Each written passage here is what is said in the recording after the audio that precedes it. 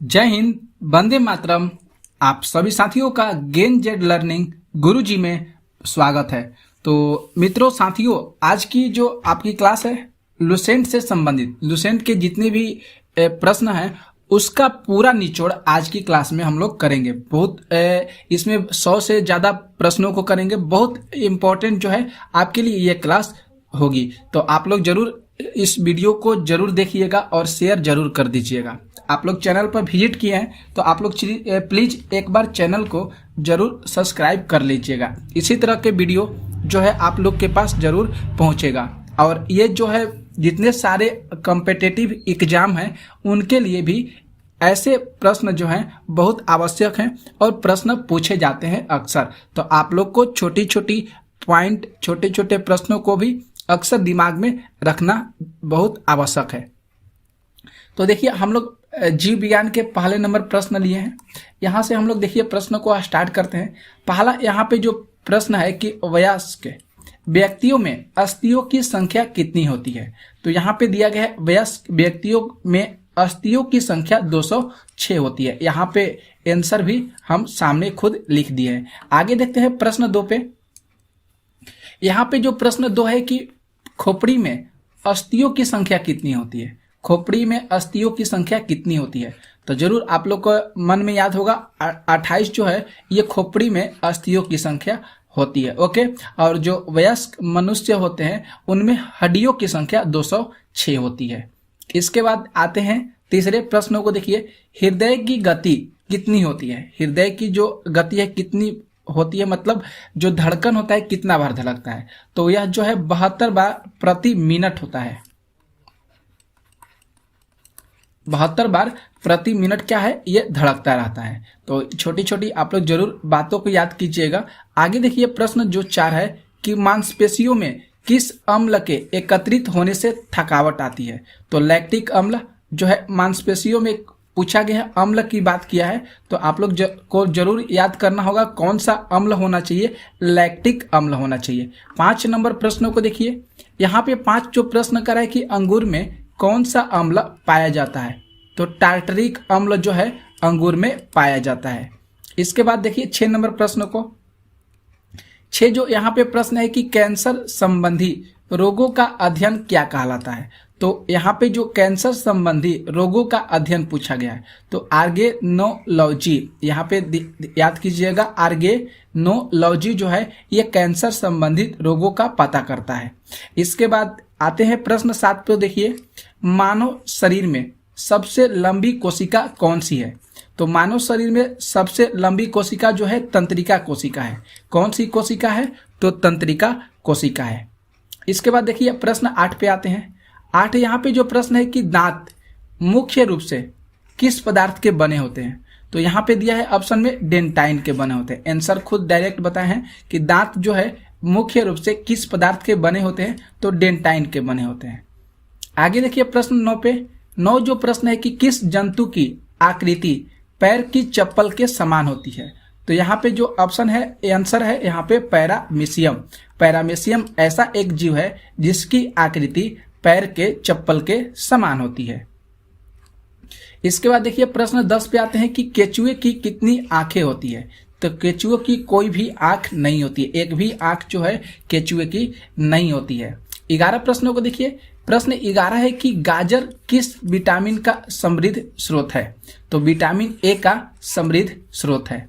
इसके बाद आगे 12 प्रश्न पे देखिए। 12 जो प्रश्न है कि निम्न में से किस पदार्थ में प्रोटीन नहीं पाया जाता है। तो वह कौन सा होना चाहिए, चावल। चावल में किस प्रोटीन जो है नहीं पाया जाता है। 13 प्रश्नों को देखिए। यहाँ पे 13 जो प्रश्न है कि मानव का मस्तिष्क लगभग कितने ग्राम का होता है। तो 1350 ग्राम का होता है। मानव का मस्तिष्क जो है 1350 ग्राम का होता है।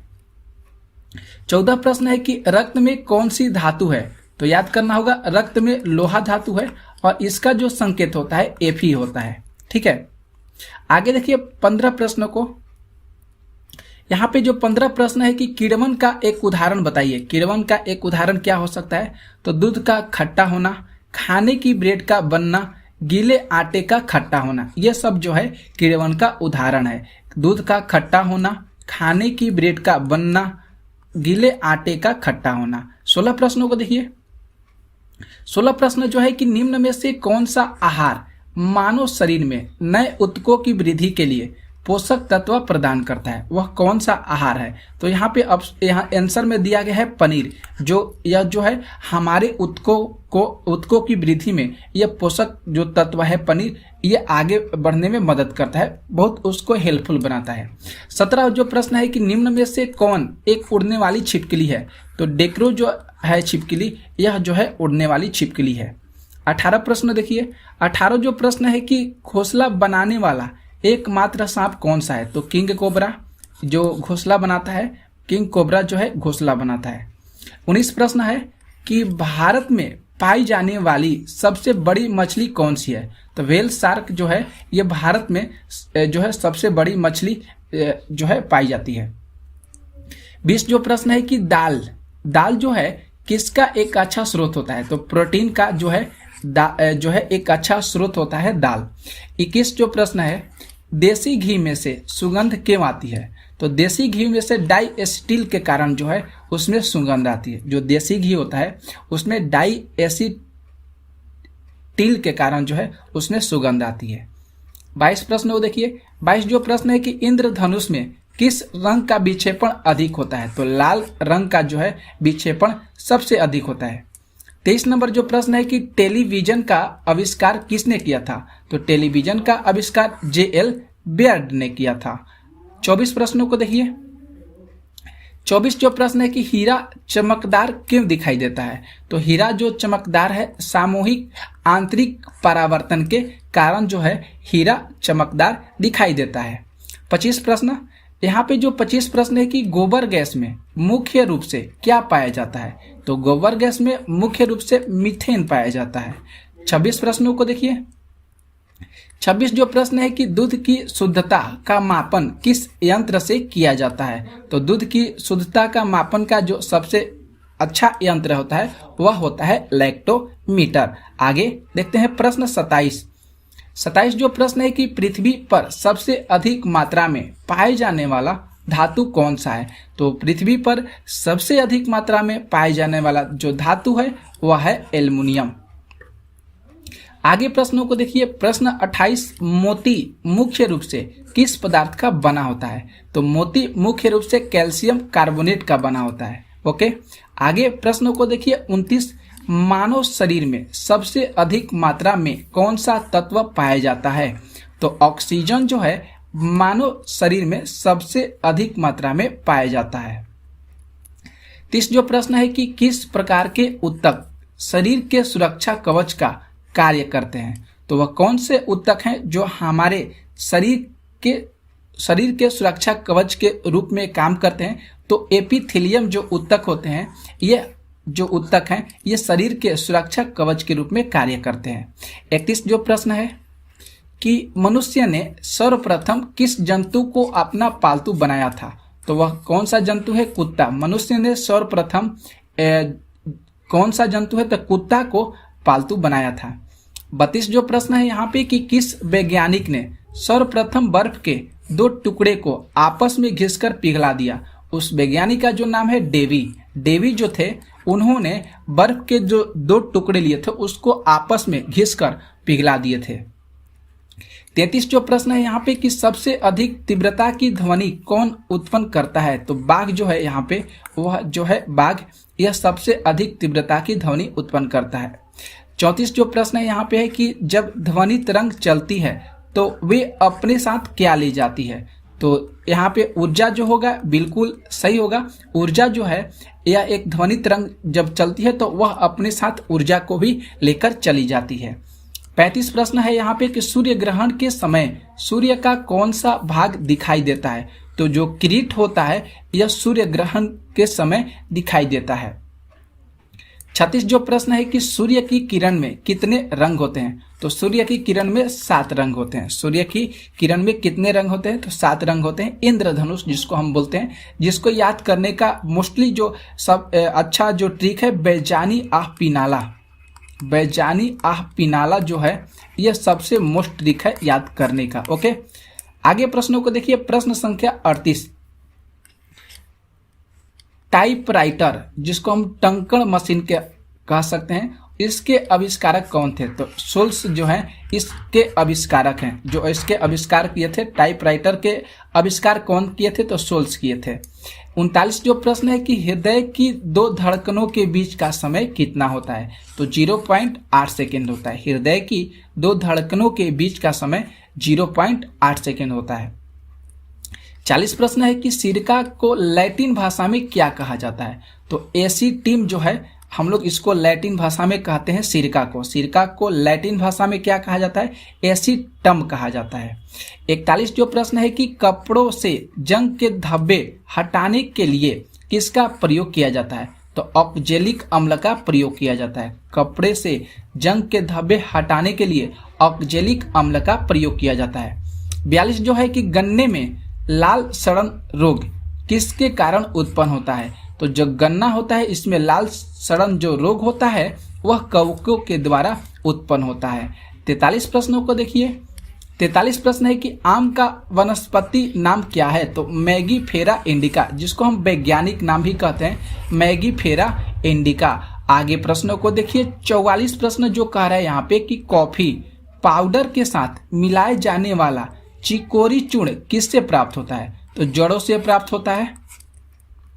इसके बाद 45 प्रश्नों को देखिए। 45 जो प्रश्न है कि विटामिन सी का सबसे अच्छा स्रोत क्या है? तो विटामिन सी का सबसे अच्छा स्रोत जो है आंवला है। विटामिन सी का सबसे अच्छा स्रोत क्या है? आंवला है। 46 प्रश्नों को देखिए। 46 प्रश्न है कि लाल रक्त कणिकाओं की आयु कितनी होती है? तो लाल रक्त कणिकाओं की जो आयु है 120 दिन होती है। आगे प्रश्न देखिए। 47 प्रश्न है कि श्वेत प्रकाश के वर्णक्रम में प्रिज्म द्वारा सर्वाधिक विचलित होने वाला कौन सा रंग है? तो उस रंग का क्या नाम है? बैगनी रंग है। सर्वाधिक विचलित होने वाला रंग कौन सा है? तो बैगनी रंग है। 48 यहाँ पे प्रश्न करें कि रेफ्रिजरेटर में प्रशीतक क्या होता है? तो ये फ्रीऑन का होता है। प्रशीतक क्या होता है? तो फ्रीऑन होता है। 49 प्रश्नों को देखिए। दूध से दही बनाने में कौन सा बैक्टीरिया जो है सहायक होता है? तो उस बैक्टीरिया का नाम है लैक्टोबैसिलस। ये जो लैक्टोबैसिलस जीवाणु है, यह जो बैक्टीरिया है, यह दूध से दही बनाने में बहुत सक्षम होता है। 50 यहाँ पे जो प्रश्न है कि किस अंग के कार्य न करने पर डायलिसिस किया जाता है? तो उसका नाम है किडनी, जिसको हम ब्रिक कहते हैं। ये ऑप्शन यहाँ पे सही हो रहा है उत्तर। 51 जो प्रश्न करे कि मनुष्य के मस्तिष्क का सबसे बड़ा भाग क्या होता है? तो उसका सबसे बड़ा भाग जो होता है प्रमस्तिष्क होता है। क्या होता है? प्रमस्तिष्क होता है। 42 प्रश्न यहाँ 52 जो प्रश्न है कि राइफल चलाने पर लगने वाला झटका किसके संरक्षण का उदाहरण है? तो जो राइफल हम लोग चलाते हैं जिसको बंदूक कहते हैं, तो वह पीछे से झटका देता है। तो वहां पे जो काम में करता है रेखीय संवेग के संरक्षण का, जिसको हम कन्वर्सेशन ऑफ लीनियर मोमेंटम के नाम से जानते हैं। आगे प्रश्न पे आते हैं। 53 प्रश्न जो है कि प्रयोगशाला में सर्वप्रथम जीन का संश्लेषण करने वाला वैज्ञानिक कौन है? तो हरिगोविंद खुराना जो है ये सर्वप्रथम प्रयोगशाला में जीन का संश्लेषण किए थे। 54 प्रश्न पे दिखा रहा है कि चंद्रमा पर वायुमंडल न होने का क्या कारण है? तो सबसे जो प्रमुख कारण है कि वहां सभी गैसों का वर्ग माध्य मूल वेग और उनके पलायन वेग से क्या होता है? अधिक होता है। जो वहां पे उनके माध्य मूल वेग जो होता है, जिसको हम रूट मीन स्क्वायर वेलोसिटी कहते हैं, वह जो है एस्केप वेलोसिटी से क्या होता है? अधिक होता है। इसलिए चंद्रमा पर वायुमंडल नहीं होता है।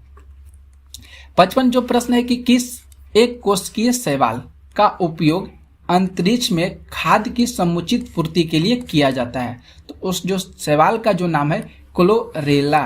क्लोरेला जो है इसका उपयोग अंतरिक्ष में खाद्य की समुचित पूर्ति के लिए किया जाता है। 56 जो प्रश्न है यहाँ पे कि प्राकृतिक रबर किसका बहुलक होता है? तो आइसोप्रीन का जो है ये क्या है? बहुलक होता है। 57 जो प्रश्न है यहाँ पे कि यू आकार की घाटी कहाँ पाई जाती है? तो यह हिमानी क्षेत्र में जो होता है यू आकार की घाटी पाई जाती है। 58 जो प्रश्न है कि सीप का निर्माण किससे होता है? तो सीप का निर्माण पवन से होता है। सीप का निर्माण किससे होता है? तो पवन से होता है।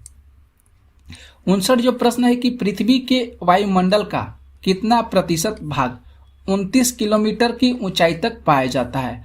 तो कितना पूछा गया, कितना प्रतिशत भाग पूछा गया है, तो 97% जो भाग होता है वह 29 किलोमीटर की ऊंचाई तक पाया जाता है। 60 जो प्रश्न है यहाँ पे कि वायु दाब कब सर्वाधिक होता है, जब वायु होती है। तो यहाँ पे ठंडी एवं शुष्क, वायु दाब कब सर्वाधिक होता है, तो जब वह ठंडी एवं शुष्क होती है तब। 61 प्रश्न है कि प्रति चक्रवात में वायु दाब कहाँ अधिक होता है, तो केंद्र पर जो है सबसे अधिक होता है। ओके।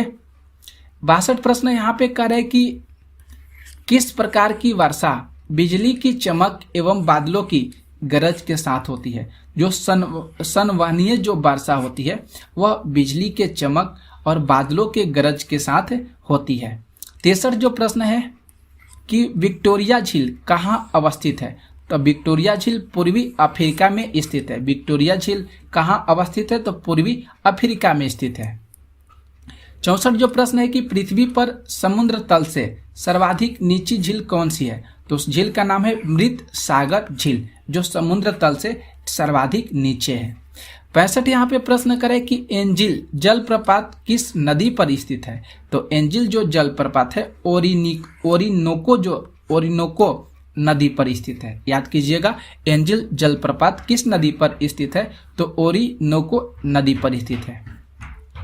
66 यहाँ पे प्रश्न करें कि चीन का शोक किस नदी को कहा जाता है, तो कांगो नदी जो यहाँ पे दिया गया है, कांगो नदी, यहाँ पे चीन का शोक इसी को कहा जाता है।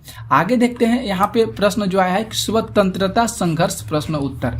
67 जो प्रश्न करे कि महात्मा गांधी को गोली किसने मारी थी, तो नाथूराम गोडस जो थे इन्होंने महात्मा गांधी जी को गोली मारे थे। 68 जो यहाँ पे प्रश्न करा है कि गांधी जी को चंपारण आने के लिए किसने प्रेरित किया था, तो बिहार के किसान नेता राजकुमार ने गांधी जी को चंपारण आने के लिए प्रेरित किए थे। यहाँ पे आते हैं 69 नंबर प्रश्न जो है कि सत्याग्रह का सर्वप्रथम प्रयोग गांधी जी ने कहाँ किया था, तो दक्षिण अफ्रीका में सत्याग्रह का सबसे पहले प्रयोग किए थे। कौन, तो गांधी जी ने। ओके। 70 यहाँ पे जो प्रश्न है कि गदर पार्टी किसके नेतृत्व में बनी थी, तो लाला हरदयाल के नेतृत्व में गदर पार्टी की स्थापना किया गया था। 71 जो प्रश्न है कि चंपारण आंदोलन कब हुआ था, तो 1917 में चंपारण आंदोलन हुआ था। आगे देखते हैं 72 जो प्रश्न है कि रॉलेट एक्ट कब लागू किया गया था, तो रॉलेट एक्ट जो है 19 मार्च 1919 को लागू किया गया था। 19 मार्च 1919 को लागू किया गया था। ओके। यहाँ पे आगे 73 जो प्रश्न है कि पूरे देश में खिलाफत दिवस कब मनाया गया, पूरे देश में खिलाफत दिवस कब मनाया गया, तो 19 अक्टूबर 1919 को पूरे देश में खिलाफत दिवस मनाया गया। 74 जो प्रश्न है कि स्व शासन के लिए बाल गंगाधर तिलक ने किस संस्था की स्थापना किया था, तो होम रूल लीग की स्थापना किए थे यहाँ पे, और मार्च 1916 में इसे पूना में क्या किए थे, इस संस्था की स्थापना किए थे। ओके। इसके बाद देखते हैं 75 प्रश्न। 75 जो प्रश्न है कि एनी बेसेंट ने होम रूल लीग की स्थापना कब और कहाँ किए थे, तो होम रूल लीग की स्थापना मद्रास में किए थे और सितंबर 1916 में किए थे। सितंबर 1916 में मद्रास में होम रूल लीग की स्थापना किए थे। कौन, एनी बेसेंट। 76 जो प्रश्न यहाँ पे कर रहा है कि एनी बेसेंट के नेतृत्व में स्थापित होम रूल लीग के प्रथम सचिव कौन थे, तो यहाँ पे जो आंसर दिया है जॉर्ज अरुण डेंटल, माफ कीजिएगा, जॉर्ज अरुण डेल जो थे इन्होंने एनी बेसेंट के नेतृत्व में होम रूल लीग की प्रथम सचिव बने थे।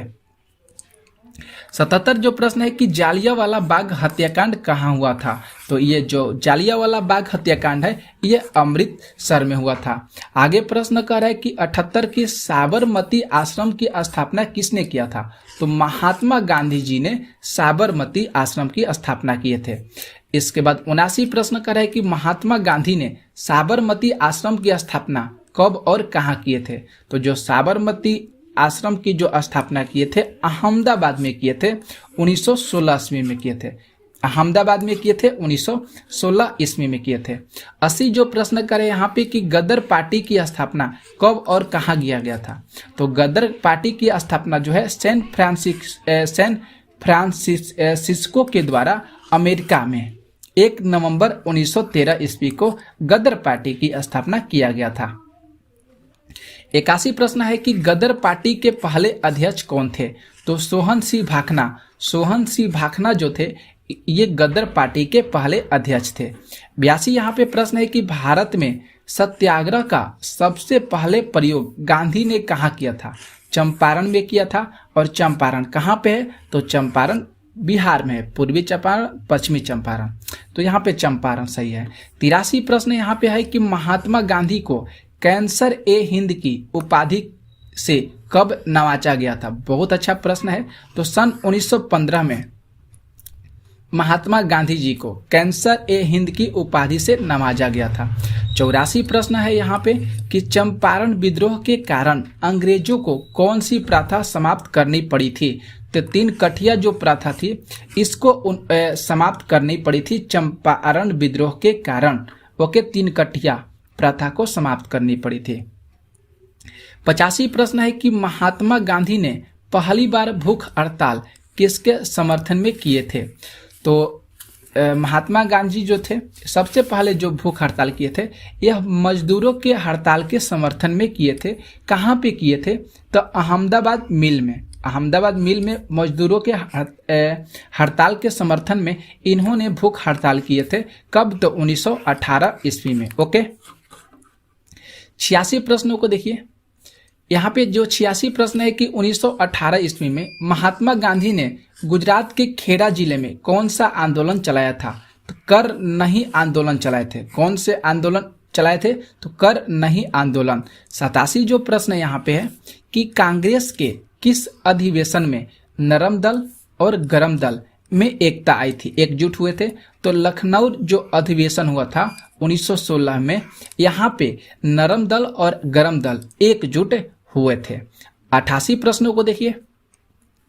88 प्रश्न है कि मुस्लिम लीग और कांग्रेस ने मिलकर किस अधिवेशन में एक संयुक्त समिति की स्थापना किए थे। तो लखनऊ अधिवेशन में मुस्लिम लीग और कांग्रेस ने मिलकर वहाँ पे लखनऊ अधिवेशन को में एक संयुक्त समिति की स्थापना किए थे। 89 प्रश्न है कि गांधी जी ने रॉलेट एक्ट के विरोध में देशव्यापी हड़ताल कब शुरू किए थे। तो 6 अप्रैल 1919 ईस्वी को गांधी जी ने रॉलेट एक्ट के विरोध में देशव्यापी हड़ताल शुरू किए थे। 90 प्रश्न है कि जालियांवाला बाग हत्याकांड कब हुआ था। तो 13 अप्रैल 1919 ईस्वी को जालियांवाला बाग हत्याकांड हुआ था। 91 प्रश्न है कि खिलाफत आंदोलन किसके खिलाफ शुरू किया गया था। तो मित्र राष्ट्रों के खिलाफ, विशेषकर ब्रिटेन के भी खिलाफ जो है ये खिलाफत आंदोलन शुरू किया गया था। 92 जो प्रश्न यहाँ पे कर रहे हैं कि जालियांवाला बाग हत्याकांड का नेतृत्व किसने किया था। तो जो नेतृत्व किए थे जनरल डायर के द्वारा जालियांवाला बाग हत्याकांड को नेतृत्व किया गया था। 93 जो प्रश्न है कि जालियांवाला बाग किस व्यक्ति की संपत्ति थी। तो जली नाम के एक व्यक्ति थे, उस व्यक्ति का नाम जो था जली नाम, वह जो थे उस जालियांवाला जो बाग था वह व्यक्ति की पूरा संपत्ति थी। किसका नाम था। तो जली नाम है। 94 प्रश्न है कि असहयोग आंदोलन कब शुरू हुआ था। तो 1 अगस्त 1920 ईस्वी को असहयोग आंदोलन शुरू हुआ था। 95 प्रश्न है कि जालियांवाला बाग हत्याकांड में किस भारतीय ने जनरल डायर का सहयोग किया था। तो उस व्यक्ति का नाम है हंसराज। हंसराज ने जनरल डायर का उस समय सहयोग किए थे जालियांवाला बाग हत्याकांड में। 96 जो प्रश्न है कि हिंदू और मुसलमानों की संयुक्त कॉन्फ्रेंस की अध्यक्षता महात्मा गांधी ने कब किया था। तो 23 नवंबर 1919 ईस्वी को इन्होंने अपनी कांग्रेस की यहाँ पे संयुक्त कॉन्फ्रेंस की अध्यक्षता में 23 नवंबर 1919 ईस्वी को महात्मा गांधी ने यह संयुक्त कॉन्फ्रेंस किए थे। 97 जो प्रश्न यहाँ पे कह रहा है कि खिलाफत आंदोलन किसके समर्थन में किया गया था, तो आंसर यहाँ पे जो है कि टर्की के खलीफा के समर्थन में खिलाफत आंदोलन किया गया था और भारतीय मुसलमानों ने आंदोलन शुरू किया गया था। जब खिलाफत आंदोलन जो है किसके समर्थन में शुरू किया गया था, तो आप लोग याद कीजिएगा टर्की के खलीफा के समर्थन में। ओके, और भारतीय मुसलमानों ने यहाँ पे आंदोलन भी शुरू किया था। 98 जो प्रश्न है कि जिस जांच समिति का गठन ब्रिटिश सरकार ने किया था उसके सदस्यों में कितने भारतीय थे, तो उसके सदस्यों में 3 भारतीय थे। कितने भारतीय थे, तो 3 भारतीय थे। ओके, इसके बाद देखते हैं प्रश्न संख्या 99 जो प्रश्न है कि जालियांवाला बाग हत्याकांड में कितने लोगों की मौत हुई थी। आंसर है कि सरकारी रिपोर्ट के अनुसार 379 और कांग्रेस समिति के अनुसार 1000 लोगों की मौत होती। सरकारी रिपोर्ट जो है हमेशा झूठ बोलता है, तो इस पर जरूर आप लोग ध्यान मत दीजिएगा, लेकिन हम लोग को तो वह इसी बात को तो याद करना ही होगा। तो सरकारी रिपोर्ट के अनुसार 379 और कांग्रेस समिति के अनुसार 1000 लोगों की मौत हुई थी। 100 जो प्रश्न है कि जालियांवाला बाग हत्याकांड के पीछे का वजह क्या था, तो यहाँ पे बताया गया है कि डॉक्टर सतपाल और सैफुद्दीन किचलू की गिरफ्तारी के विरोध में हो रही जनसभा पर जनरल डायर ने अंधाधुंध गोलियां चलाई थी, तो इसके पीछे का बहुत बेजोड़ कारण था। ओके, 101 जो प्रश्न है कि जालियांवाला बाग हत्याकांड के विरोध में वायसराय की कार्यकारिणी परिषद की सदस्यता से किसने इस्तीफा दिया था, तो शंकरन नायर जो थे इन्होंने कार्यकारिणी परिषद की सदस्यता से इस्तीफा दे दिए थे। 102 प्रश्नों को देखिए। 102 जो प्रश्न है कि ब्रिटिश सरकार ने जालियांवाला बाग हत्याकांड की 8 सदस्यीय जांच समिति का गठन किसकी अध्यक्षता में किए थे, तो लॉर्ड हंटर की अध्यक्षता में इन्होंने जालियांवाला बाग हत्याकांड की 8 सदस्यों के जांच समिति का गठन किए थे। 103 नंबर जो प्रश्न है कि भर्ती करने वाला सार्जेंट किसे कहा जाने लगा, तो महात्मा गांधी को कहा जाने लगा। भर्ती करने वाला जो सार्जेंट है किसे कहा जाने लगा, तो महात्मा गांधी को कहा जाने लगा। क्यों? क्योंकि प्रथम विश्व युद्ध के दौरान गांधी जी ने लोगों को सेना में भर्ती होने के लिए बहुत ज्यादा प्रोत्साहित किए थे। इसी के वजह से यहाँ पे भर्ती कराने वाला सार्जेंट यहाँ पे महात्मा गांधी जी को कहा जाता है। 104 प्रश्नों को देखिए। 104 प्रश्न है कि रॉलेट एक्ट क्या था, तो रॉलेट एक्ट एक ऐसा कानून है जिसके तहत किसी भी संदेहास्पद व्यक्ति को बिना मुकदमा चलाए गिरफ्तार किया जा सकता है और उसके खिलाफ न तो कोई अपील, न तो कोई दलील और न तो कोई वकील किया जा सकता है। तो ये जो है रॉलेट एक्ट है, बिना मुकदमा चलाए किसी भी व्यक्ति को गिरफ्तार किया जा सकता है। रॉलेट एक्ट में ये अधिनियम बना है। अब देखिए साथियों, कुछ हम लोग का अगला टॉपिक है राष्ट्रीय आंदोलन की जितनी महत्वपूर्ण घटनाएं हुई है हम लोग एक नजर उस पर डाल लेते हैं। तो 1904 में कौन सी घटनाएं हुई है, तो भारतीय विश्वविद्यालय अधिनियम पारित हुआ था 1904 में। बंगाल विभाजन 1905 में, बंगाल विभाजन 1905। भारतीय विश्वविद्यालय अधिनियम पारित कब हुआ था, 1904 में हुआ था। मुस्लिम लीग की स्थापना 1906 में हुआ था। मुस्लिम लीग की स्थापना 1906 में हुआ था। सूरत अधिवेशन और कांग्रेस में फूट 1907 याद कीजिएगा। सूरत अधिवेशन 1907, कांग्रेस में फूट 1907। मार्ले मिंटो सुधार जो हुआ था 1909 में हुआ था। मार्ले मिंटो सुधार 1909 में हुआ था। ब्रिटिश सम्राट का दिल्ली दरबार 1911, ब्रिटिश सम्राट का दिल्ली दरबार 1911। होम रूल लीग का निर्माण हुआ था, स्थापना कर सकते हैं 1916 में हुआ था। होम रूल लीग की निर्माण जो हुआ था 1916 में हुआ था। इसके बाद मुस्लिम लीग कांग्रेस समझौता जो लखनऊ पैक्ट के अधिनियम के अनुसार हुआ था, 1916 में भी ये भी हुआ था। तो होम रूल लिंक आप लोग याद कीजिएगा 16। मुस्लिम लीग कांग्रेस समझौता 1916 में हुआ था। महात्मा गांधी द्वारा चंपारण में आंदोलन 1917 में हुआ था, और रॉलेट जो अधिनियम है 1919 में हुआ था। ओके, इसके बाद आते हैं जालियांवाला बाग हत्याकांड 1919 में हुआ था। यहाँ पे मॉन्टेग्यू चेम्सफोर्ड सुधार जो आंदोलन हुआ था 1919 में हुआ था, और खिलाफत आंदोलन 1920 में हुआ था। बहुत इंपॉर्टेंट है, ये सब आप लोग जरूर याद कीजिएगा। आगे देखिए, असहयोग आंदोलन जो है 1920 में हुआ था। चोरी चोरा जो कांड हुआ था 1922 में हुआ था। चोरा चोरी कांड जो हुआ था 1922 में हुआ था। साइमन कमीशन की जो नियुक्ति हो रही थी वह 1927 से स्टार्ट हुई थी, और साइमन कमीशन का भारत आगमन कब हुआ था? 1928 में हुआ था। नियुक्ति हुआ था 27 में, और वहां पे जो साइमन कमीशन का जब आगमन हुआ था भारत में 1928 में हुआ था। आगे देखिए, अगला जो है कि भगत सिंह द्वारा केंद्रीय असेंबली में बम विस्फोट हुआ था 1929 में। कब? भगत सिंह द्वारा केंद्रीय असेंबली में बम विस्फोट हुआ था 1929 में। कांग्रेस द्वारा पूर्ण स्वतंत्रता की मांग हुआ था 1929 में, और सविनय अवज्ञा आंदोलन 1930 में हुआ था। ठीक है, बहुत अच्छा ये सब है, और बहुत इंपॉर्टेंट भी है एग्जाम के व्यू से।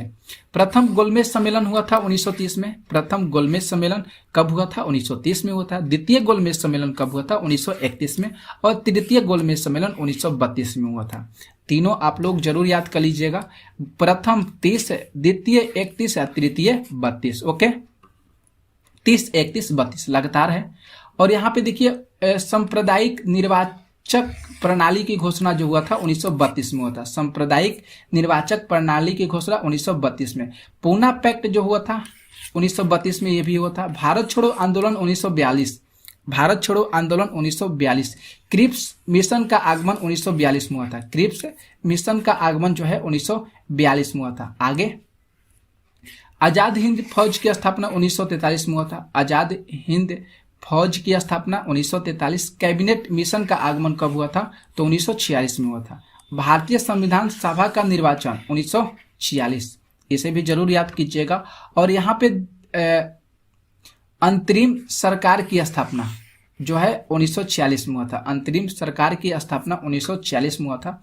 आगे देखिए, जो सबसे लास्ट है, भारत के विभाजन की माउंटबेटन योजना 1947 में लागू हुआ था। भारत के विभाजन की माउंटबेटन योजना 1947, और भारतीय स्वतंत्रता प्राप्ति 1947। तो इतने सारे प्रश्न जो थे आज की क्लास के लिए थे। लुसेंट के सारे प्रश्न थे, निचोड़ लिए थे। तो आप लोग को ये क्लास जो है, आज की क्लास आप लोग को कैसा लगा, आप लोग जरूर कमेंट करके जरूर बताइएगा। चैनल पर नए हैं तो आप लोग जरूर चैनल को सब्सक्राइब जरूर कर लीजिएगा, और इसी तरह का वीडियो आप लोग के समक्ष हमेशा मिलते रहेंगे। सारी क्लासें इस पर होगी। तो जितने कॉम्पिटिटिव एग्जाम होते हैं, तो आज के लिए हम लोग यहीं पे क्लास को समाप्त करते हैं। सभी साथियों को थैंक यू। जय हिंद, जय भारत। जय हिंद, वंदे मातरम। स्वागत है आप सारे साथियों का गेन जेड लर्निंग गुरुजी प्लेटफॉर्म में। तो मैं आपके लिए लुसेंट के कुछ महत्वपूर्ण टॉपिक को चुन कर लाए हैं आज की क्लास में। तो बहुत इंपॉर्टेंट टॉपिक होगा, इसमें बहुत तरह के प्रश्नों को आज हम लोग देखेंगे। तो आप लोग इस चैनल पर विजिट किए हैं तो प्लीज आप लोग इस चैनल को सब्सक्राइब जरूर कर लीजिएगा। बेल आइकन को जरूर प्रेस कर लीजिएगा, क्योंकि आपको सारी नोटिफिकेशन सबसे पहले मिलते रहे।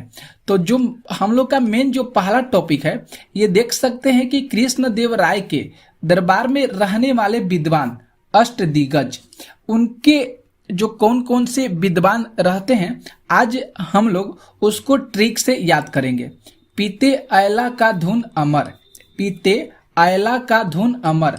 और इसका ट्रिक का विश्लेषण हम लोग देखते हैं कैसे इसका ट्रिक है, और इस जो कृष्ण देव राय हैं, इनके दरबार में कौन कौन से विद्वान रहते हैं। अष्टदिग्गज का मतलब 8 गो विद्वान हैं। तो यहाँ पे देख सकते हैं, पी से यहाँ पे दिया है पिनगली सुरन, ये भी विद्वान का नाम है। ते से दिया है यहाँ पे तेनाली रमन, अयला अयल राजू रमाभद्र दुद्रू। का 2 यहाँ पे दिया गया है साइलेंट, का को साइलेंट रखा गया है। धु से धुरजती, न से नंदी थिम्ना, अ से अलसनी पेदना और म से दिया है मध्यगरी मलना। और यहाँ पे देख सकते हैं मध्यगरी मलना और र से दिया है रामा राजा भूषण उड्डू। तो ये जितने सारे कवि हैं ये कृष्ण देव राय के दरबार में रहने वाले कवि हैं, अष्टदिग्गज कवि कहे जाते हैं। तो आप लोग जरूर इसे याद कर लीजिएगा। पिंगली सुरन, तेनाली रमन, अयल राजू, रमा भद्रू, धुर्जती, नंदी थिम्ना, अलसनी पेदना, मध्यगरी मलना और रामाराज भूषण उड्डू, ये सारे जो थे ये महत्वपूर्ण कवि थे।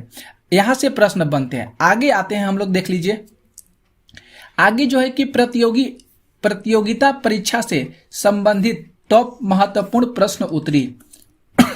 बहुत अच्छा है। तो देख सकते हैं यहाँ पे पहला जो हम लोग का पॉइंट चालू हो रहा है कि ब्रह्मा समाज की स्थापना कब हुई थी। तो यहाँ पे हम लोग उत्तर भी बताते चलेंगे आप सभी साथियों को, और इस तरह के प्रश्नों को आप जल्दी से जल्दी अपने माइंड में सेव कर सकते हैं, मस्तिष्क में डाल सकते हैं। तो ब्रह्मा समाज की स्थापना कब हुई थी, तो 1828 में हुई थी। इसके बाद अगला जो पॉइंट है कि ब्रह्मा समाज की स्थापना किसके द्वारा और कहाँ की गई थी, तो कलकत्ता में की गई थी। राजा राम मोहन राय के द्वारा ब्रह्मा समाज की स्थापना की गई थी और कलकत्ता शहर में की गई थी। आगे जो यहाँ पे पॉइंट कर है कि आधुनिक भारत में हिंदू धर्म के सुधार का पहला आंदोलन कौन सा था, तो वह जो था ब्रह्मा समाज था। आधुनिक भारत में हिंदी धर्म के सुधार का जो पहला आंदोलन कौन सा था, तो ब्रह्मा समाज था। अगला देखिए टॉपिक, अगला जो टॉपिक यहाँ पे करा है कि ब्रह्मा समाज का विरोधी संगठन कौन सा था जिसने सती प्रथा एवं अन्य सुधारों का विरोध किया था, तो वह था धर्म सभा। वह कौन सा था, धर्म सभा। ब्रह्मा समाज का विरोधी संगठन कौन सा था जिसने सती प्रथा एवं अन्य सुधारों का विरोध किया था, वह था धर्म सभा। आगे देखिए धर्म सभा से ही रिलेटेड कि धर्म सभा के संस्थापक कौन थे। ये जैसे यहाँ पे धर्म सभा आया तो अब माइंड में प्रश्न उठ रहा होगा कि इसके संस्थापक कौन थे, तो यहाँ इसके जो संस्थापक थे राधाकांत देव थे। इसके संस्थापक कौन थे, तो राधाकांत देव थे। आगे जो है कि सती प्रथा का अंत कब हुआ था, सती प्रथा का अंत कब हुआ था, तो 1829 में सती प्रथा का अंत हुआ था। सती प्रथा के अंत में सबसे अधिक प्रयास किसका रहा, तो यहाँ पे राजा राम मोहन राय जी का जो प्रयास जो है बहुत अथक रहा। इन्होंने सती प्रथा के अंत में सबसे अधिक प्रयास किए थे। आगे देखिए अगला जो पॉइंट है कि आर्य समाज की स्थापना कब हुई थी, तो 1875 ईस्वी में आर्य समाज की स्थापना हुई थी। और यह कहाँ पे हुई थी स्थापना, तो मुंबई शहर में हुई थी। आगे देखिए प्रश्न अगला, आर्य समाज, अगला जो पॉइंट है कि आर्य समाज की स्थापना किसने की थी, तो स्वामी दयानंद सरस्वती जी के द्वारा यहाँ पे आर्य समाज की स्थापना की गया था। अगला जो पॉइंट है कि आर्य समाज किसके विरुद्ध है, तो आर्य जो समाज है यह धार्मिक अनुष्ठान एवं मूर्ति पूजा के विरुद्ध माना जाता है।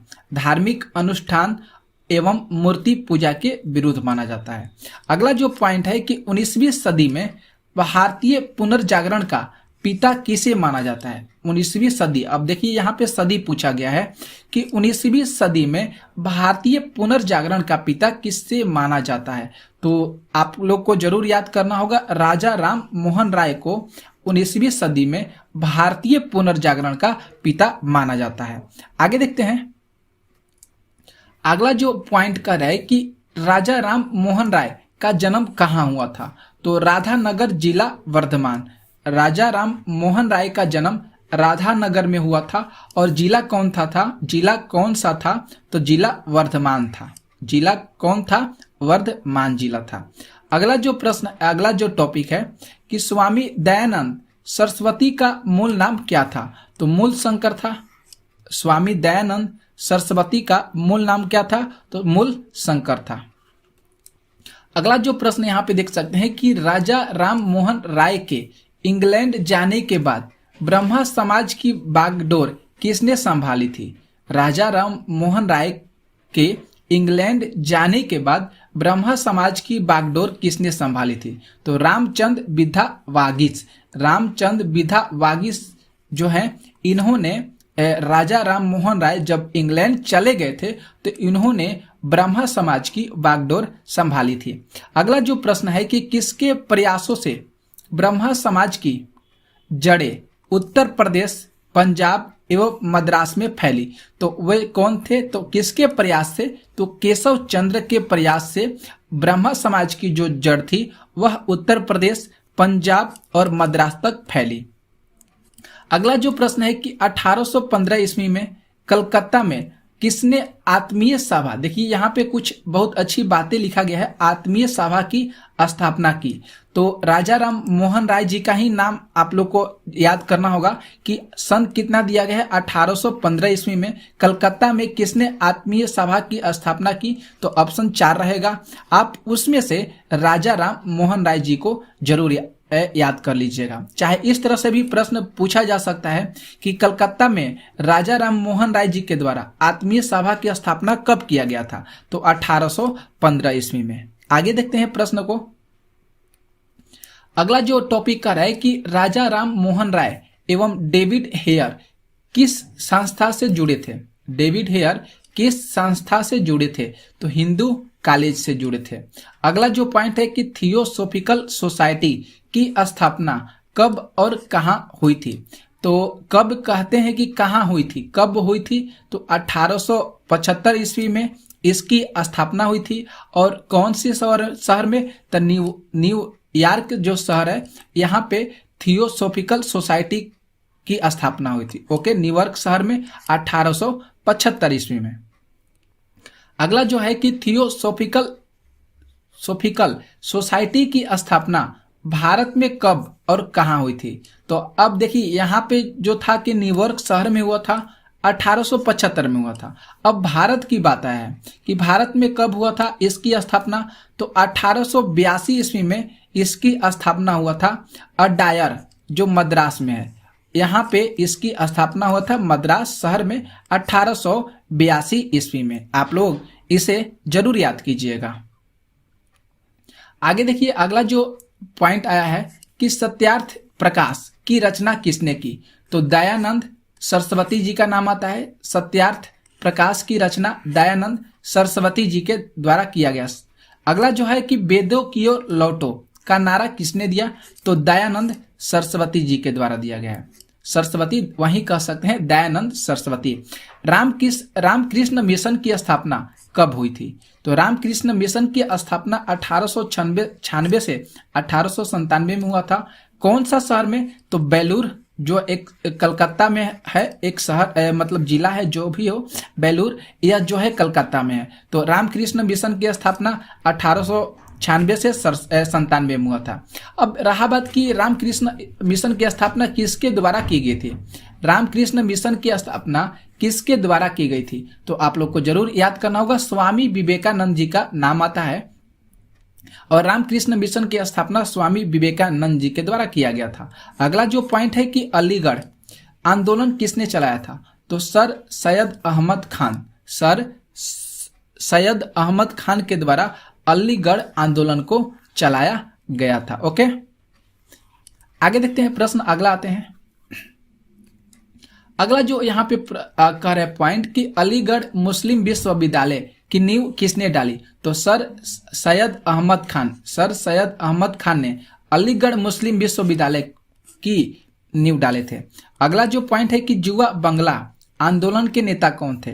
तो Henry Vivian Derozio. Henry Vivian Derozio. जुआ बांग्ला आंदोलन के नेता कौन थे? तो हेनरी विबियन डेरोजियो। ओके, अगला जो पॉइंट है कि सत्यशोधक समाज की स्थापना किसने किया था? सत्यशोधक समाज की स्थापना किसके द्वारा किया गया था? तो ज्योतिबा फुले।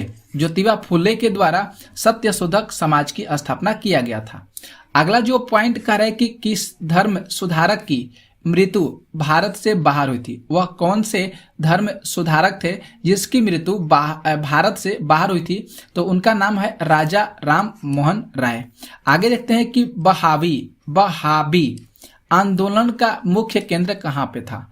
तो पटना शहर में था। बहाबी आंदोलन का मुख्य केंद्र कहाँ पे था? तो पटना शहर में था। अगला जो है कि भारत में दास प्रथा को कब अवैध घोषित किया गया? भारत में दास प्रथा को कब अवैध घोषित किया गया? तो 1843 ईस्वी में दास प्रथा को भारत में अवैध घोषित किया गया था। आगे जो पॉइंट कर रहा है कि भारत में अंग्रेजी शिक्षा की व्यवस्था किसके द्वारा की गई थी? भारत में अंग्रेजी शिक्षा व्यवस्था किसके द्वारा किया गया था? विलियम बेटिक के द्वारा। विलियम बेटिक के द्वारा भारत में अंग्रेजी शिक्षा की व्यवस्था किया गया था। अगला जो पॉइंट है कि वेदों में संपूर्ण सच्चाई निहित है, यह कथन किसका है? वेदों में संपूर्ण सच्चाई निहित है, यह कथन किसका है? तो स्वामी दयानंद सरस्वती का यह कथन है।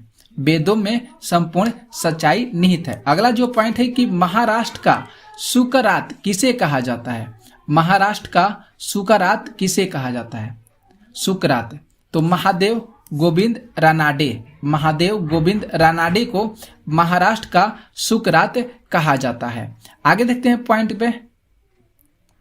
अगला जो यहाँ पे पॉइंट कर रहा है कि विवेकानंद किस स्थान पर विश्व धर्म सम्मेलन में प्रसिद्ध हुए थे? तो शिकागो शहर जो है वहां पे विवेकानंद जो है विश्व धर्म सम्मेलन में बहुत प्रसिद्ध हुए थे। अगला जो प्रश्न है कि संवाद कौमुदी पत्र के संपादक कौन थे? तो संवाद कौमुदी पत्र के संस्थापक राजा राम मोहन राय थे। अगला जो प्रश्न है कि तत्वरंजनी सभा, तत्वबोधनी सभा और तत्वबोधनी पत्रिका, तीनों बहुत इंपॉर्टेंट है साथियों। तत्वरंजनी, तत्वबोधनी सभा, तत्वबोधनी पत्रिका, इस किससे संबंधित है? ये देवेंद्रनाथ टैगोर से संबंधित है। इस बात को जरूर आप लोग याद कीजिएगा। तत्वरंजनी सभा, तत्वबोधनी सभा, तत्वबोधनी पत्रिका, तीनों किससे संबंधित है? तो देवेंद्रनाथ टैगोर से संबंधित है। अगला जो पॉइंट है कि प्रार्थना समाज की स्थापना किसकी प्रेरणा के फलस्वरूप हुआ था? तो केशव चंद्र सेन जो थे, इनकी प्रेरणा से प्रार्थना समाज की स्थापना हुआ था। अगला जो प्रश्न है कि बामा बोधनी पत्रिका महिलाओं के लिए किसने निकाली? बामा बोधनी पत्रिका जो है यह महिलाओं के लिए किसने निकाली? तो यहाँ पर भी केशव चंद्र जी का नाम आता है। बामा बोधनी पत्रिका महिलाओं के लिए केशव चंद्र जी के द्वारा निकाला गया था। अगला जो पॉइंट करे कि सरदा मणि कौन थी? सरदा मणि कौन थी? तो रामकृष्ण परमहंस की पत्नी थी। सरदा मणि कौन थी? तो रामकृष्ण परमहंस की पत्नी थी। कूका आंदोलन किसने चलवाया था? तो गुरु राम सिंह ने चलवाया था। कूका आंदोलन गुरु राम सिंह ने चलवाया था। अगला जो पॉइंट है कि 1956 ईस्वी में कौन सा धार्मिक कानून पारित हुआ था? तो धार्मिक आयोगता कानून पारित हुआ था। धार्मिक आयोगता कानून पारित हुआ था। अगला जो पॉइंट है कि महाराष्ट्र के किस सुधारक को लोकहितवादी कहा जाता है? महाराष्ट्र के किस सुधारक को लोकहितवादी कहा जाता है? तो गोपाल हरि देशमुख को लोकहितवादी कहा जाता है। आगे देखते हैं प्रश्न। अगला जो है पॉइंट कि ब्रह्मा समाज किस सिद्धांत पर आधारित हो? तो एकसरवाद जो सिद्धांत है इस पर जो है ब्रह्मा सिद्धांत आधारित है। अगला जो पॉइंट है कि देव समाज की स्थापना किसने की थी? देव समाज की स्थापना किसने की थी? तो शिव नारायण अग्निहोत्री के द्वारा देव समाज की स्थापना किया गया था। अगला जो पॉइंट है कि राधा स्वामी सत्संग के संस्थापक कौन थे? राधा स्वामी सत्संग के संस्थापक कौन थे? तो शिवदयाल जो साहब थे वह राधा स्वामी सत्संग के संस्थापक थे। अगला पॉइंट है कि फेबियन आंदोलन का प्रस्तावक कौन था? फेबियन आंदोलन का प्रस्तावक कौन था? Annie Besant. अगला जो पॉइंट है कि 20वीं सदी के आरंभिक दशक में आरंभ होने वाला आंदोलन कौन सा था? तो वह आंदोलन जो था अहरार था। वह कौन सा आंदोलन था? तो अहरार आंदोलन था। आगे देखते हैं पॉइंट पे। अगला पॉइंट कि भारत समाज सेवक की स्थापना कब और किसके द्वारा की गई थी? भारत सेवक समाज, देखिए यहाँ पे पूछा गया भारत सेवक समाज, तो 1905 ईस्वी में इसकी स्थापना किया गया था गोपाल कृष्ण गोखले के द्वारा। भारत में जो समाज सेवक की स्थापना 1905 में किया गया था गोपाल कृष्ण गोखले के द्वारा। अगला देखते हैं प्रश्न। अगला जो प्रश्न करे कि सिख गुरुद्वारा अधिनियम कब पारित हुआ था। सिख गुरुद्वारा अधिनियम कब पारित हुआ था, तो 1925 में पारित हुआ था।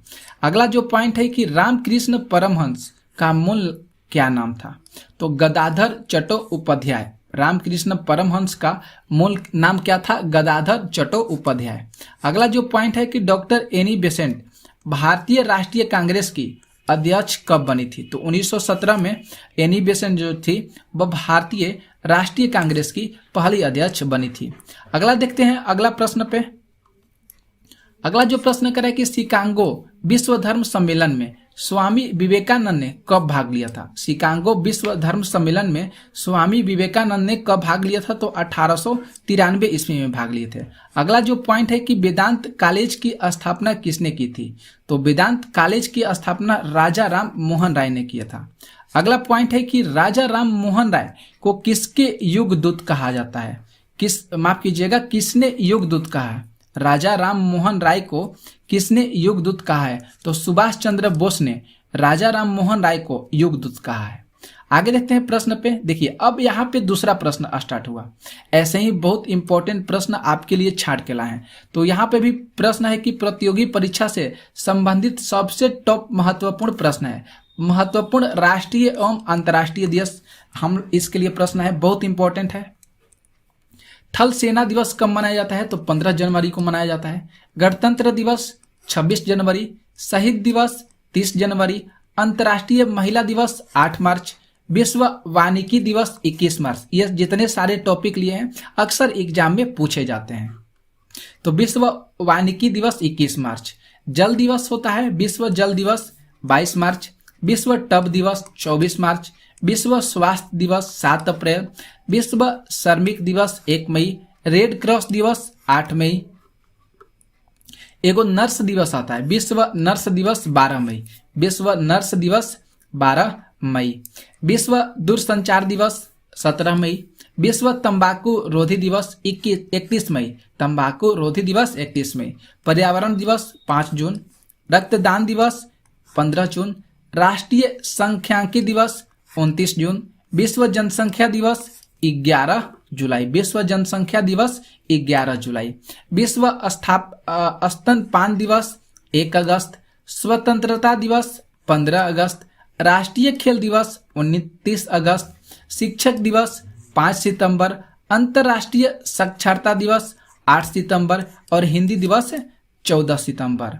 ओके, आगे देखते हैं। ओजोन परत रक्षण दिवस 16 सितंबर, विश्व पर्यटन दिवस 29 सितंबर। बहुत अच्छे से आप लोग को समझ में आ रहा होगा और आप लोग आंखें बंद कर सुनिएगा तो आप लोग को कंठक से याद हो जाएगा। तो अंतर्राष्ट्रीय वृद्धा जन दिवस 1 अक्टूबर, विश्व वन्य प्राणी दिवस 6 अक्टूबर, वायुसेना दिवस 8 अक्टूबर, विश्व डाक दिवस 9 अक्टूबर, विश्व खाद्य दिवस 16 अक्टूबर, संयुक्त राष्ट्र दिवस 24 अक्टूबर और बाल दिवस आता है 14 नवंबर। बाल दिवस होगा 14 नवंबर। विश्व मधुमेह दिवस 14 नवंबर, विश्व एड्स दिवस 1 दिसंबर, नौसेना दिवस 4 दिसंबर। बहुत इंपॉर्टेंट है नौसेना दिवस। नागरिक सुरक्षा दिवस 6 दिसंबर, झंडा दिवस 7 दिसंबर। यह भी इंपॉर्टेंट है दोनों। नागरिक सुरक्षा दिवस 6 दिसंबर, झंडा दिवस 7 दिसंबर, अंतर्राष्ट्रीय मानव अधिकार दिवस 10 दिसंबर को मनाया जाता है। अंतर्राष्ट्रीय मानव अधिकार दिवस 10 दिसंबर को मनाया जाता है। किसान दिवस 23 दिसंबर को मनाया जाता है। किसान दिवस 23 दिसंबर, राष्ट्रीय उपभोक्ता दिवस 24 दिसंबर, राष्ट्रीय उपभोक्ता दिवस 24 दिसंबर, किसान दिवस 23 दिसंबर, राष्ट्रीय उपभोक्ता दिवस 24 दिसंबर। अगर देखिए हम लोग का जो टॉपिक है प्रमुख व्यक्तियों के लोकप्रिय और उपनाम, प्रमुख व्यक्तियों के लोकप्रिय एवं उपनाम। तो सीमांत गांधी किसे कहा जाता है, तो खान अब्दुल गफार खान को कहा जाता है। राष्ट्रपिता महात्मा गांधी को कहा जाता है। बापू महात्मा गांधी को कहा जाता है। वयोवृद्ध पुरुष दादा भाई नौरोजी को कहा जाता है। दादा भाई नौरोजी वयोवृद्ध पुरुष। लौह पुरुष सरदार वल्लभ भाई पटेल जी को कहा जाता है। आगे पंजाब केसरी लाला लाजपत राय। आंध्र केसरी, टी प्रकाशम, शेरे कश्मीर शेख अब्दुल्ला, बंगबंधु शेख मुजीबुर रहमान, देशबंधु चित्तरंजन दास। देशबंधु किसे कहा जाता है? तो चित्तरंजन दास को कहा जाता है। दीनबंधु, वो देशबंधु था चित्तरंजन दास। यहाँ पे आ गया दीनबंधु, CF एडुज को कहा जाता है। लोकमान्य बाल गंगाधर तिलक, लोकनायक जयप्रकाश नारायण, गुरुदेव रविंद्रनाथ टैगोर, राजाजी चक्रवर्ती राजगोपालचारी। आगे देख सकते हैं uncle Ho Chi Minh, man of destiny Napoleon Bonaparte, देश रत्न राजेंद्र प्रसाद, नेताजी सुभाष चंद्र बोस, चाचा जवाहरलाल नेहरू, युवा तर्क श्री चंद्रशेखर, शहीद ए आजम भगत सिंह, भारत को किला सरोजनी नायडू, भारत को किला सरोजनी नायडू, स्वर को किला लता मंगेशकर, भारत को किला सरोजनी नायडू, स्वर को किला लता मंगेशकर, उड़न परी PT उषा, विश्व कवि रविंद्रनाथ ठाकुर। और आगे देखिए कवि गुरु रविंद्रनाथ ठाकुर, सरदार वल्लभ भाई पटेल, हॉकी का जादूगर मेजर ध्यानचंद को कहा जाता है, और फ्यूहरर यह एडोल्फ हिटलर को उपनाम है। Führer Adolf Hitler. आगे देख लीजिए भारत का शेक्सपियर महाकवि तुलसीदास, लिटिल कैपोरल नेपोलियन बोनापार्ट, और black Gandhi Martin Luther king. बहुत इंपॉर्टेंट है ब्लैक गांधी जो है मार्टिन लूथर किंग। आगे देख सकते हैं अगला जो हम लोग का प्रश्नोत्तरी है लोकसभा से संबंधित है, सामान्य प्रश्नोत्तरी है। कौन सी लोकसभा के चुनाव 4 चरणों में हुई? तो 14वीं जो है या 14वीं जो चुनाव हुआ था वह लोकसभा के 4 चरणों में हुआ था। आगे जो पॉइंट करें कि लोकसभा का सदस्य बनने के लिए न्यूनतम आयु कितनी होनी चाहिए? तो 25 वर्ष होनी चाहिए। अगला पॉइंट करें कि कौन सा राज्य सबसे अधिक प्रतिनिधि लोकसभा में भेजता है? तो उत्तर प्रदेश जो राज्य है यह अपना प्रतिनिधि जो है वह लोकसभा में अधिक भेजता है। अगला जो पॉइंट करें कि उत्तर प्रदेश के बाद सबसे अधिक संसदीय क्षेत्र कौन सा रहा है? तो महाराष्ट्र जो शहर है वह उत्तर प्रदेश के बाद सबसे अधिक संसदीय क्षेत्र राज्य रहा है। अगला पॉइंट करें कि किस राज्य में लोकसभा सदस्यों की संख्या सबसे कम है? तो ये आप लोग को जरूर याद होगा, नागालैंड, सिक्किम और मिजोरम, ये तीनों जो शहर हैं इसमें लोकसभा के सदस्यों की संख्या बहुत कम है। अगला जो पॉइंट करें कि लोकसभा का नेता किसे कहा जाता है? तो प्रधानमंत्री को कहा जाता है। लोकसभा का नेता प्रधानमंत्री। लोकसभा का नेता कौन होता है? तो लोकसभा के अध्यक्ष होता है। लोकसभा का नेता कौन होता है? तो प्रधानमंत्री भी होता है और उसके अध्यक्ष भी होते हैं। अगला पॉइंट करें कि भूतपूर्व सांसद सदस्यों को पेंशन व्यवस्था कब लागू की गई? भूतपूर्व सांसद सदस्यों को पेंशन जो व्यवस्था है कब लागू की गई? तो 1976 में इसको लागू किया गया था। अगला जो पॉइंट करें कि लोकसभा में कम से कम कितना शस्त्र जरूरी होता है? तो वर्ष में 2 बार अगर शस्त्र रखा जाता है लोकसभा में तो यह बहुत जरूरी है। अगला पॉइंट करें कि लोकसभा को कौन भंग कर सकता है?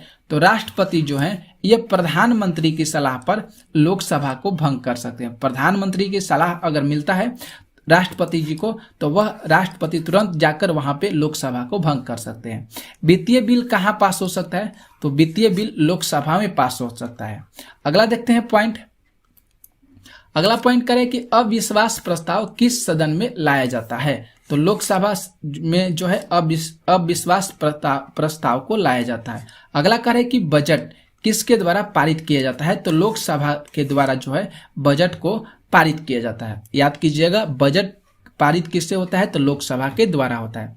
अगला पॉइंट करें कि लोकसभा के सदस्यों की नियोग्यता से संबंधित प्रश्नों का निर्णय कौन करता है? तो लोकसभा के जो अध्यक्ष होते हैं वह नियोक्ता से संबंधित प्रश्नों का निर्णय अच्छे तरीका से करते हैं। अगला पॉइंट कर है कि अस्थायी लोकसभा अध्यक्ष को क्या कहते हैं? तो प्रोटेम स्पीकर कहते हैं। ऐसे जरूर याद कीजिएगा, अस्थायी लोकसभा अध्यक्ष को क्या कहते हैं? तो प्रोटेम स्पीकर कहते हैं। और यहाँ पे आ गया कि प्रोटेम स्पीकर की नियुक्ति कौन करता है? तो राष्ट्रपति करता है। माफ कीजिएगा साथियों, यहाँ पे प्रोमेट स्पीकर दिया, यहाँ पे प्रोटेम दिया गया, प्रोमेट स्पीकर कर लीजिएगा। प्रोमेट स्पीकर की नियुक्ति कौन करता है? तो राष्ट्रपति करता है। आगे देखते हैं प्रश्न को। अगला प्रश्न करें कि कितने दिन तक अनुपस्थित रहने पर लोकसभा की सदस्यों की सदस्यता समाप्त हो जाती है? तो 2 माह तक रहने पर वहां से उस सदस्य की लोकसभा की सदस्यता को समाप्त कर दिया जाता है। अगला पॉइंट करें कि किस विधेयक को केवल लोकसभा ही पारित कर सकती है? केवल विधेयक जो होगा, वित्त विधेयक को केवल लोकसभा ही पारित कर सकती है। अगला पॉइंट कर रहा है कि मंत्री परिषद किसके प्रति उत्तरदायी होता है? तो लोकसभा के प्रति उत्तरदायी होता है। अगला कह रहा है कि किस अवस्था में संसद लोकसभा का कार्यकाल बढ़ा सकती है? तो आपातकाल की जब स्थिति होता है तब वहां पे जो संसद होता है वह लोकसभा का कार्यकाल बढ़ा सकता है। अगला पॉइंट जो कह रहा है महत्वपूर्ण कि संसद एक बार में लोकसभा के कार्यकाल में कितने समय के लिए वृद्धि कर सकता है? तो 1 वर्ष के लिए जो है संसद लोकसभा के कार्यकाल में वृद्धि कर सकता है। समय में केवल वृद्धि कर सकता है 1 वर्ष में। अगला कह रहा है कि किस वर्ष लोकसभा का कार्यकाल एक करके 2 बार बढ़ाया गया है? तो 1976 ईस्वी में लोकसभा का जो कार्यकाल है वह एक करके 2 बार बढ़ाया गया है। आगे पॉइंट करें कि राजनीतिक शब्दावली में शून्यकाल का क्या अर्थ है? तो प्रश्नोत्तर शस्त्र जो होता है इसका जो मुख्य अर्थ है प्रश्नोत्तर शस्त्र है। अगला कह रहा है कि यदि कोई व्यक्ति राज्यसभा का सदस्य है तो क्या वह लोकसभा में अपना वक्तव्य दे सकता है? तो जी हाँ, वह अपना वक्तव्य जो है लोकसभा में बिल्कुल दे सकता है। अगला कह रहा है कि लोकसभा अध्यक्ष का चुनाव कौन कराता है? तो लोकसभा के जितने सारे सदस्य होते हैं वह लोकसभा के अध्यक्ष का चुनाव कराते हैं। आगे कह रहे हैं कि लोकसभा का अस्थायी अध्यक्ष कौन नियुक्त करता है? तो राष्ट्रपति जो होते हैं वह लोकसभा के अस्थायी अध्यक्ष को चुनते हैं। अगला कह रहे हैं कि लोकसभा अध्यक्ष अपना त्याग पत्र किसे देता है? तो लोकसभा के उपाध्यक्ष जो होते हैं उसको लोकसभा अध्यक्ष जो होता है अपना त्याग पत्र देता है।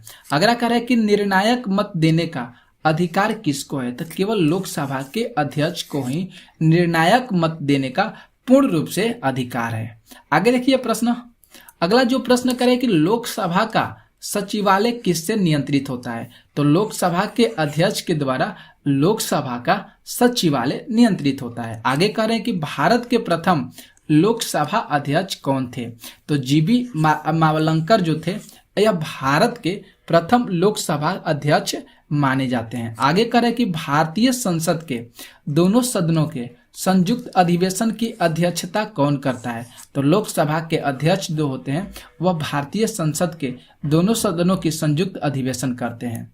अगला पॉइंट करें कि लोकसभा में किसी विधेयक को धन विधेयक के रूप में कौन प्रमाणित करता है? तो लोकसभा अध्यक्ष उसको प्रमाणित करता है। अगला कह रहे पॉइंट, किस समिति का पदेन अध्यक्ष लोकसभा अध्यक्ष होता है? तो नियम समिति के जो पदेन अध्यक्ष होता है वह लोकसभा अध्यक्ष होता है। अगला पॉइंट करें कि लोकसभा महासचिव की नियुक्ति कौन करता है?